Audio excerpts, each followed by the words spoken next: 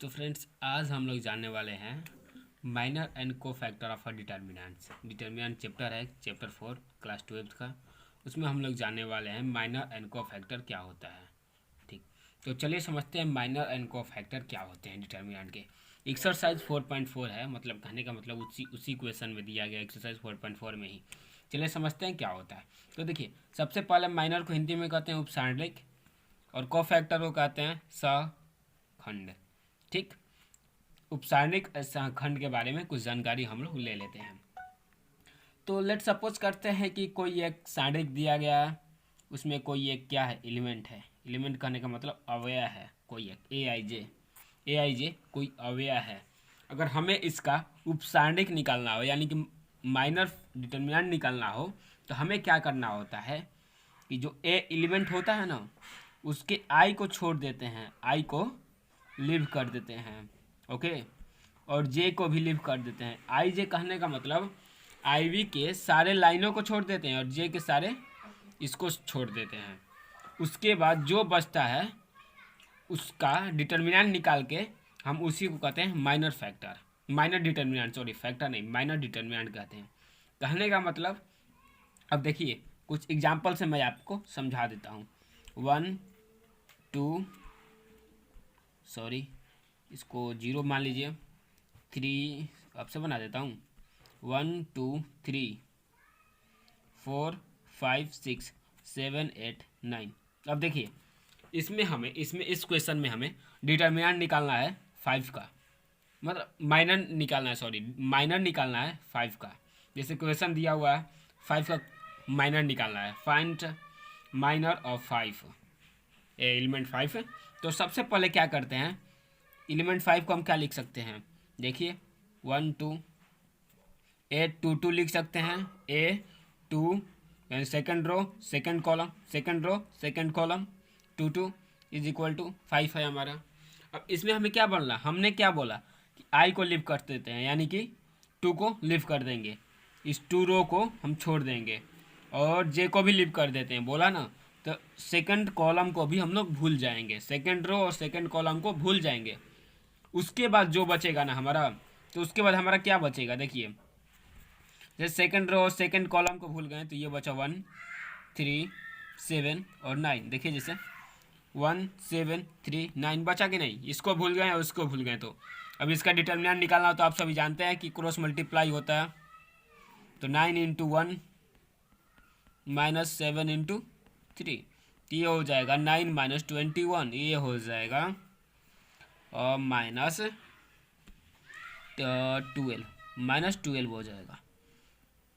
तो यानी कि इस क्वेश्चन में 5 का माइनर हमारा आएगा -12।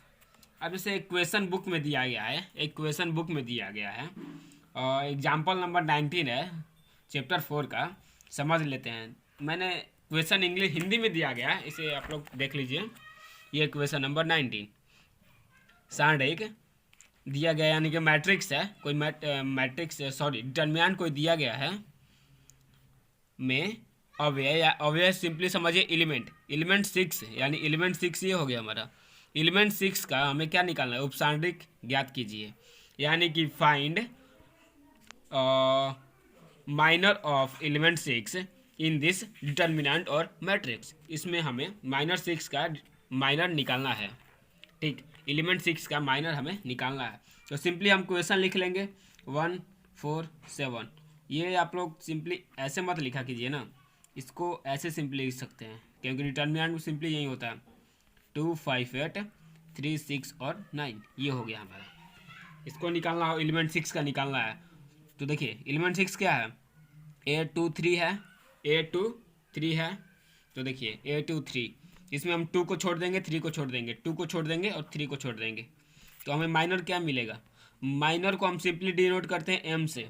M 2 3 का माइनर निकाल रहे हैं, यानी M 2 3 यानी कि 6 का माइनर निकाल रहे हैं, M 2 3 का माइनर निकाल रहे हैं। तो हम क्या लिख सकते हैं, डिटर्मिनेंट बनाएंगे, इसको भूल जाएंगे तो ये हो जाएगा 1 7 1 7 और 2 और 8, 1 7 2 और 8 हो जाएगा।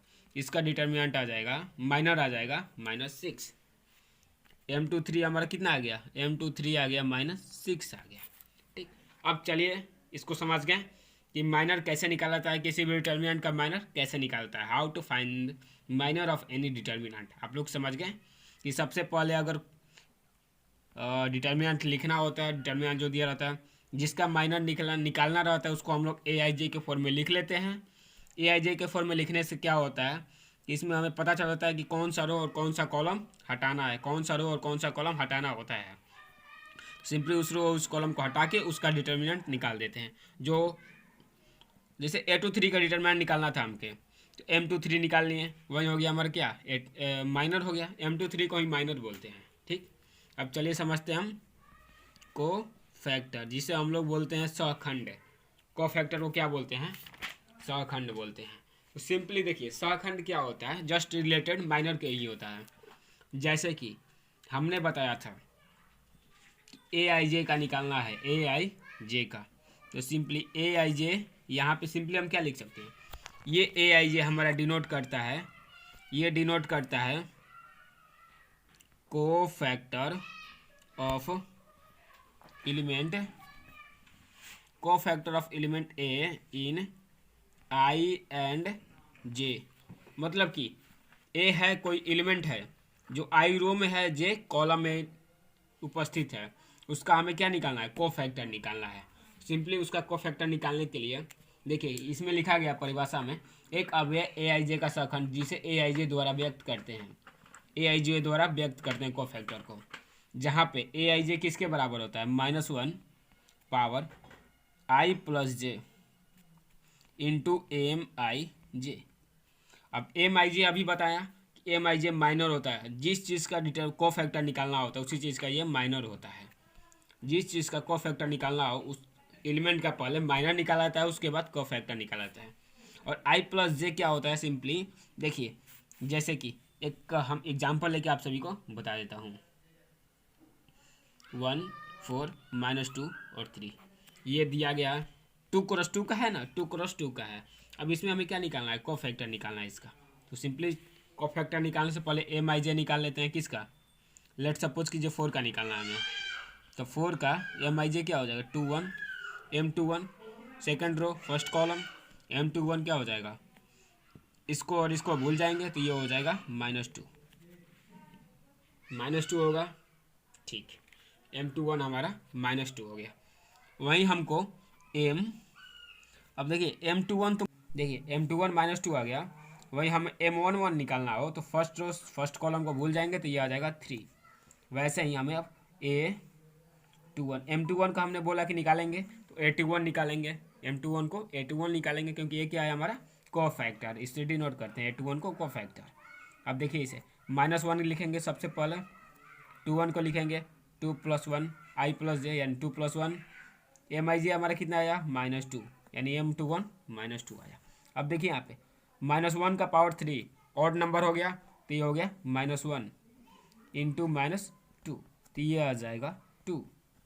ओके, अगर वहीं कोई इवन नंबर हो यानी ए आई जे, आई और जे का सम कोई इवन नंबर हो तो हमारा आता है, सिंपली हम इसको लिख सकते हैं एम आई जे।